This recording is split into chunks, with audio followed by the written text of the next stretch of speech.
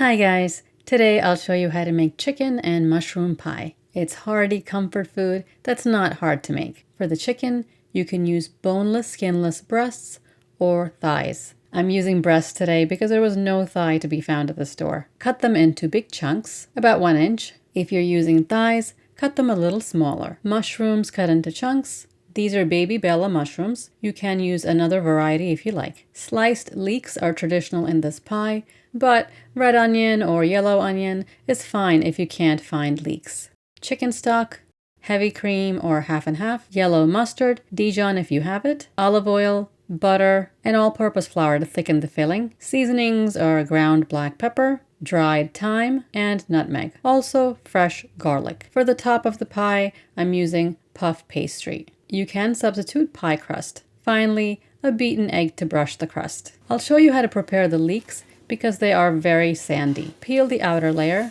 cut the dark green tops off, and save that for making a vegetable stock. Trim the root end, slice down the length of the leek. See all the sand in between. Just rinse that off. Slice them across and put them in a bowl of water. Move them around a little, leave them for a few minutes, and all the dirt will be on the bottom. Heat your oven to 400 degrees Fahrenheit or 204 degrees Celsius. Heat up a heavy bottom pot like this enameled cast iron. Add butter and olive oil.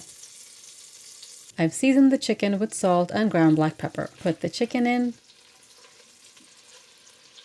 and cook for about 5 minutes. They should not be golden brown or have much color. For this recipe, the chicken should be soft and not have a crust. The chicken's done in less than 5 minutes. If you're using thighs, cook them for a few more minutes. Remove the chicken from the pot and set aside. Now add the mushrooms and cook for 3 minutes.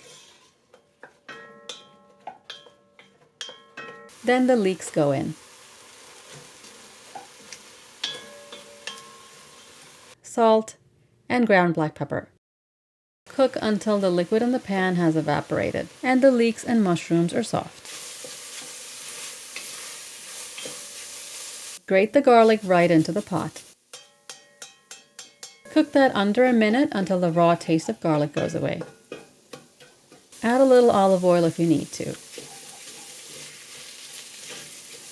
Now the all-purpose flour. Stir and cook for a minute. Some of the chicken stock. Mix that well so it's smooth. When it's boiling, add the rest of the chicken stock. Lots of ground black pepper and dried thyme. A little heavy cream or half and half.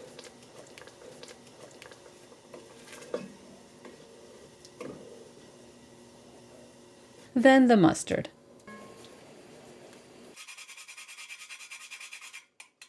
Let it boil and get thick. Stir in the chicken. If the sauce is too loose, cook for a few minutes until it gets thicker. Now is the time to taste and adjust the salt.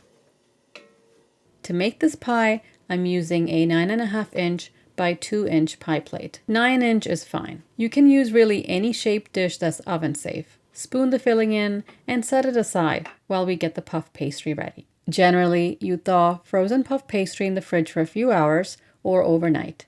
Read the package instructions. Again, you can use a pie crust for this recipe instead of puff pastry. Flour your counter. Lay the pastry on top and dust the top with flour. I barely have to roll this out because it's already close to the perfect thickness. Some brands will be thicker. Roll your pastry out a few inches larger than your dish. Put the pastry around your rolling pin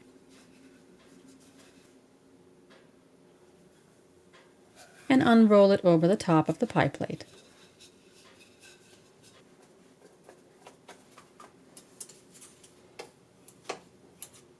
Trim the excess pastry off. Leave about an inch overhang because the pastry will shrink. I leave a little extra because I love the pastry. Save the scraps in the fridge and use it for dessert. Whisk the egg and brush it all over the pastry.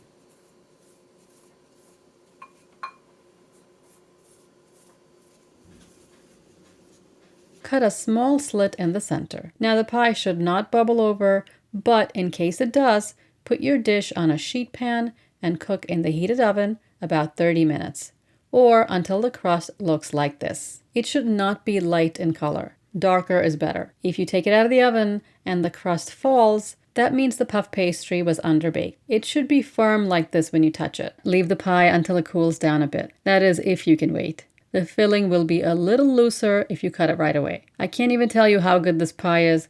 It's perfect, especially on a cold day. No one you serve this to will complain. It looks beautiful and tastes absolutely heavenly. To get notifications when I upload a new video, click on that bell icon and select all. I'll see you next time. Thanks for watching.